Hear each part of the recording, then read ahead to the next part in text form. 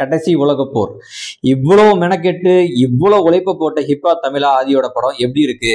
கடைசி உலகப்போர் நடந்துச்சா நடக்கலையா, அதுல யார் வெற்றி பெற்றா அப்படின்னு வாங்க பார்க்கலாம். இந்திரன் வந்தது சந்திரன் வந்தது இந்த சினிமா தான், இங்க எம்ஜிஆர் வந்தது என்டிஆர் வந்தது இந்த சினிமா தான்.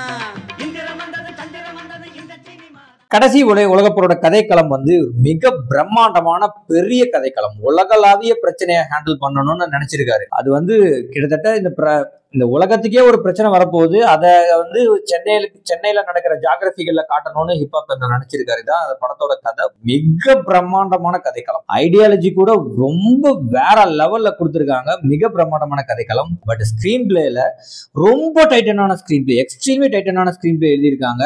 எக்ஸாம்பிளுக்கு இது நல்லதா கெட்டதானே தெரியல. ஏன்னா நீங்க ஒரு போன் படம் பார்த்துட்டு போது ஒரு போன் வருது, போன் பேசிட்டு இருக்கும் போது சார் நான் மூவில இருக்கேன் அப்புறம் பேசுறேன்னு சொல்லிட்டு நீங்க போன் வைக்கிற 20 செகண்ட்ல ஒரு டைலாக் அங்க போயிடும், 2 டைலாக் போயிடும். அந்த 2 டைலாக் படத்தோட கனெக்ட் ஆகுது. அதுல நீங்க மிஸ் பண்ணிட்டீங்க அப்படின்னா என்ன நடக்குதுன்னு புரியாது. ஏன்னா ஈச் அண்ட் எவ்ரி டைலாக் கூட கிட்டத்தட்ட எல்லா சீனோடையும் கனெக்ட் ஆகிற மாதிரி எழுதியிருக்காங்க. ஒண்ணு கூட வேஸ்டா இல்ல, ஒரு ஃப்ரேம் வேஸ்ட் ஆகல, ஒரு டைலாக் கதையை விட்டு வெளியே போகல. அந்த அளவுக்கு படம் வந்து எங்கேஜா இருக்கு. இவ்வளவு டைட்டனா ஸ்கிரீன் பிளே எழுதி ஸ்டோரி போர்டு எழுதியிருக்காரு. படம் அதை தாண்டி இன்ட்ரெஸ்டிங் ஃபேக்ட்ஸ் என்னென்ன அப்படின்னா, விஷுவலி நிறைய விஷயங்களை நம்ம பார்ப்போம், எக்கச்சக்கமா நம்ம நிறைய புரிஞ்சுக்குவோம். டைலாக்ஸை பொறுத்த வரைக்கும் ரொம்ப மெச்சூர்டா எழுதியிருக்காரு. கிட்டத்தட்ட இது வந்து ரொம்ப சமூக நீதி, சமத்துவம், மனிதம் போரை பற்றின மிகப்பெரிய புரிதல் இருக்கிறவங்க எழுதுற கதை, திரைக்கதை, வசனம்.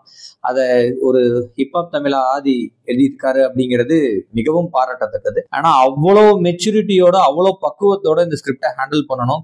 கொஞ்சம் தவறி போயிட்டா இந்த ஸ்கிரிப்ட் ரொம்ப கிரிஞ்சு மாதிரி போயிட வேண்டிய ஸ்கிரிப்ட். அதை கரெக்டா ஹேண்டில் பண்ணி கோடு போட்டு இந்த படத்தை எடுத்திருக்காங்க.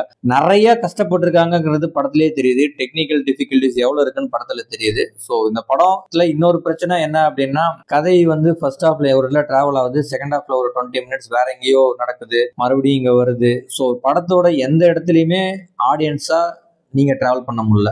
ஒரு எந்த கேரக்டரோடையுமே கனெக்ட் ஆக முடியாம படம் மாட்டிக்கிச்சு. நீங்க அந்த தேட்டர்ல உட்காந்து படமா பார்ப்பீங்க, நல்லா இருக்கு அப்படின்னு வெளியே வருவீங்க, அவ்வளவுதானே தவிர சூப்பர் பிரம்மாண்டம் மெருகேற்றிய படம் அப்படின்னு எல்லாருமே பாராட்டக்கூடிய படமா அமைஞ்சிச்சா அப்படிங்கிறது கேள்விக்குறிதான். இந்த படத்தை பார்க்கலாமா வேணாமான்னு கடைசியா கன்க்ளூட் பண்ணோம் அப்படின்னா கண்டிப்பா பார்க்கலாம். ஒன் டைம் வாட்சபிள் தான், அதுலலாம் மாற்றுக்கிறதே கிடையாது. போய் உட்காந்துட்டு என்னடா படம் எடுத்திருக்கீங்கன்னு போர் அடிக்கிற படம்லாம் கிடையவே கிடையாது. கண்டிப்பா பார்க்கலாம். இன்னொரு நல்ல படத்தோட நான் உங்களை சந்திக்கிறேன். இந்திரன் வந்தது சந்திரன் வந்தது இந்த சினிமா தான், இங்க எம்ஜிஆர் வந்தது என்டிஆர் வந்தது இந்த சினிமா தான்.